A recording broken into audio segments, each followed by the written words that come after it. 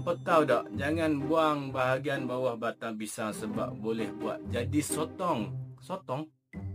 Pokok pisang hanya berbuah sekali saja, lepas tu mati. Tapi jangan baziak bahagian bawah batang pisang tu. Jom kita tengok macam mana orang ni buat bahagian ni jadi makanan sedap. Mula-mula dia tebang pokok pisang dan korek ambil bahagian bawahnya. Lepas tu jangan lupa cuci elok-elok. Lepas tu potong kecil-kecil batang pisang tu. Kena rendam dulu dan biar sat bagi keluar getah dia. Lepas tu mereka giling batang pisang dan ambil ayak dia. Ayak yang keluar tu mereka tapis guna kain. Lepas tu biar banyak hari sampai jadi sari pati.